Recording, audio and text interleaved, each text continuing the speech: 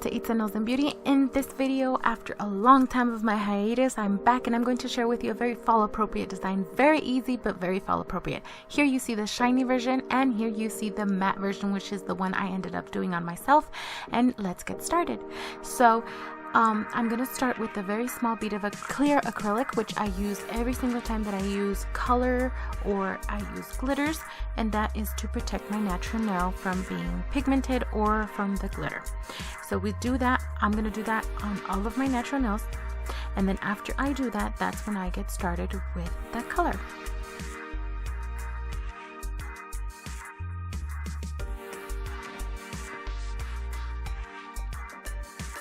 I'm going to be using this cappuccino color by Ladybug. I love this color. It's a very nice nude. It fits very well with my skin tone. But however, even though I do like the color, I do notice that it's not completely opaque, but that's okay. I just have to layer it on a little bit heavier. At first, as you can see me, every time I'm dealing with pigments, glitter, I like to kind of brush it on in a thin coat, kind of like nail polish. And then after my first layer, that's when I kind of start applying it more the acrylic way, where instead of dragging it like nail polish, I start patting it the proper way, like acrylic, to give it the right form, etc., etc. But let's carry on with the video.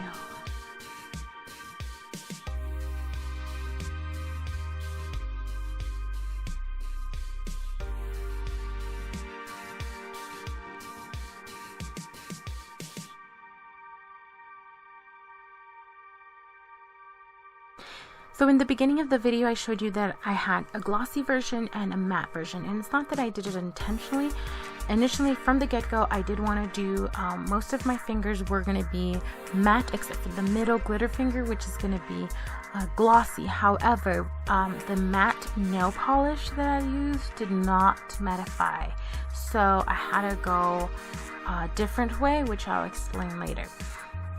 Anyways, but you see me working not in order, so you're gonna see me skipping a few fingers, and the reason is because whenever I'm gonna be working with a combination of different pigments or glitter, I always work my way from the lighter color and then the glitter, like you see me doing right now.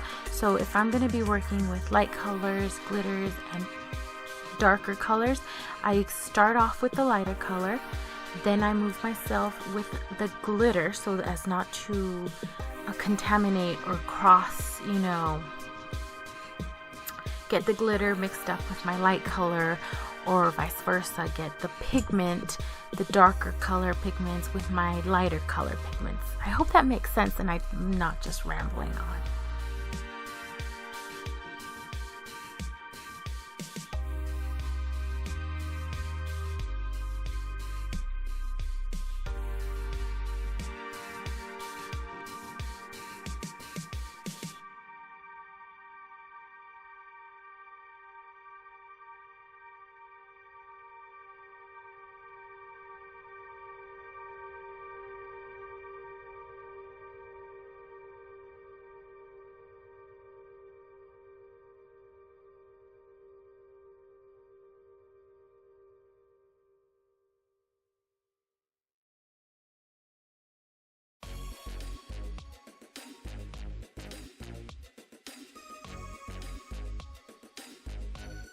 See, this is the dark pigment that I was going to start working, and I saved for last because it's so intensely pigmented that if I would have used this one before, it would have stained my brush, and then when I would have dipped it into my lighter color acrylic or even into my glitter, it would have stained the other acrylics with this blue, and it would have muddied it, or it would have change the color of the lighter colors. I hope that makes sense. So that's why I leave the darker colors last, and then so I start with the lighter ones, and then also if I'm working with glitter, I leave those last.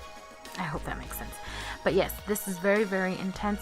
Also, a quick tip: as soon as you're done working with glitters or working with pigments, you have to clean your brush. And the way I clean them, I do not ever use acetone. I only use monomer to clean the brush itself, and maybe an occasional a little bit of alcohol mixed with monomer, separate from the one that I'm using with the acrylic. Anyways, this is the nail polish that was supposed to mattify the nails, but it didn't mattify it. So what I ended up doing is I did a coat of gel and then cured it, and then I just lightly buffed it with the white buffing block that you see there, and that's the way that I got it to look matte. And then I only did the glitter nail in gel so that only the glitter nail would look glossy, the rest would be matte like you see in the pictures. Anyways, this is the very simple design that I wanted to do on myself.